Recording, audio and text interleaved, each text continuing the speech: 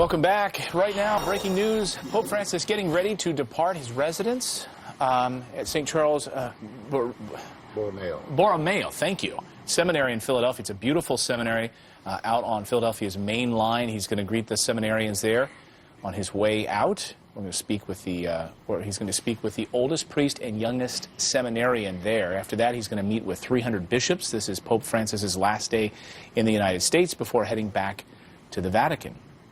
Well, joining us now to explain what exactly is going on, Father Robert Sirico. He's the founder of the Acton Institute. Father, it's great to see you. Good to be here. So what is the message, do you think, of the Pope's trip to Philadelphia, and is it different from his trips to New York and Washington? It's slightly different in that this is an international setting, and the visits prior from Washington, New York, were really focused on the United States.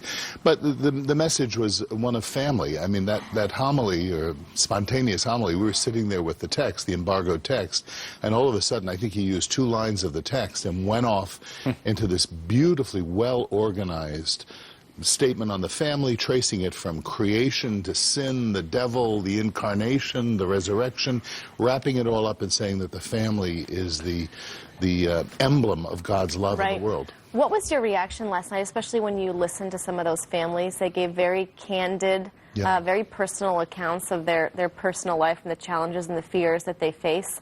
And how did he handle that? Well, they were very real, weren't they? And I think the way he handled it was afterwards to say, I think that probably, I'm just speculating here, prompted him to discard the prepared text. And he spoke in a way, in an oblique way, to all of the issues that they raised, because he said the family is a place where you throw plates. It's a place where we have pain and suffering, but that the love is what sustains, and that love is the only thing that can generate hope, because nothing else can. That's so good. Hatred doesn't. Talk about that, right? So we're looking at your screen right here, Father, at St. Charles Borromeo in Philadelphia, along the main line. It's a beautiful campus there, 130 seminarians that live there. He got some rest finally last night and slept there. Unless the seminarians went knocking on his door at night. I don't know. So he's going to greet the oldest and the youngest. What do you expect him to do here? Have you been to this campus? I have been to this campus. A number of years ago I gave some talks there, and these guys, I just have to say, having been a seminarian, to have the Pope in the house, I mean, this is the boss, and he's in the house. I think he wants to encourage them. And this really is going to be the signature of his pontificate. That is, over the years of his pontificate, if more and more men like this respond to the call and give their lives to the church in service, according to his model of service, then you'll know that his pontificate has been... Well, will that happen? I mean, this has been something a lot has been written about, people responding to the call, the numbers declining. Do you think this will turn the tide? Well, you know, the numbers declining, I think, has been overplayed because, for instance, the North American College in Rome, the American Seminary in Rome, is filled to the rafters, and they've had to expand it. A number of the other seminaries are growing. So there is a good positive response as a result of John Paul II's pontificate, and then in its own way Benedict's. These are very highly theological, philosophical pontificates, so where people learned. Well, what's going to be interesting to see here is if this more passionate, personal, pastoral pontificate will also cause young men to respond in their vocations, and concomitantly young women to the becoming nuns. Yeah. Now, as the week concludes, now we're sort of getting a good grasp of his visit here, and we just saw such an outpour of support all across the board from people who may not necessarily be members of the Catholic Church. Absolutely. How does this compare? You know, and I remember when Benedict came, and it was really exciting, but I don't really remember it being like this. Well, I think there's several complications. Anytime a pope comes, there's going to be this enthusiasm. I'm sure they had bobblehead Benedicts too.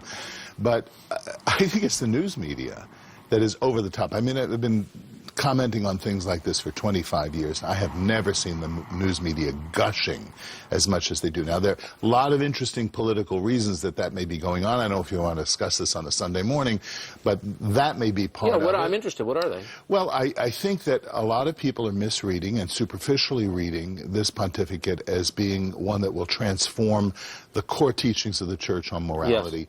Yes. Certainly he tilts left on economic stuff, though there's just a dime's worth worth of difference between him and John Paul II in terms of their economic understanding.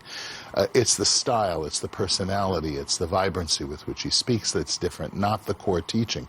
So if you come at this thinking that this is going to be a whole transformative pontificate, that the church is going to ordain women or allow for gay priests and things like that, then I think you're going to be really kind of egging him on.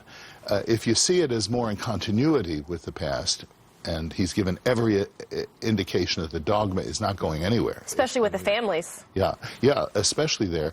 What he's trying to do is turn the page on the story about the church with regard to the priest sex scandals and the general hectoring image, the scolding image that the church has in a lot of people's minds.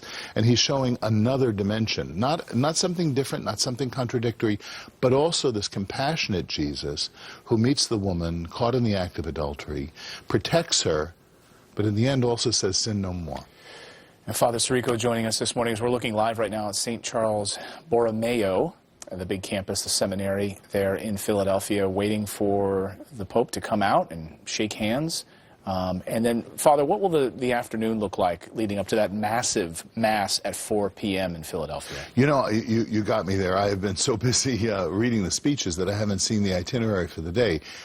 So he's going to meet these two, the youngest and the oldest. And then he's probably going to encourage them. The Mass, of course, will be in the afternoon, then he takes off. But I'm not sure what's happening in between. He's probably going to He's visiting a correctional facility. Oh, that's right, of course, the correctional facility, right, which he's very accustomed to doing. I mean, he's done it in Buenos Aires. He'll do it here. In one visit, I remember he said, I'm a sinner among sinners. So what do American bishops think of him? Off the cuff, outside the confessional, but off the cuff. Yeah, for sure. And I think some wondering what the agenda is. Where are we going with all of this? Because so much of it is very personal. I mean, the whole getting out of the car, and that's real. He is very personal. When he sees a person in front of him, that becomes the whole world for those moments that's there. And the bishops, especially American bishops, are looking at the whole programmatic thing to a very great extent.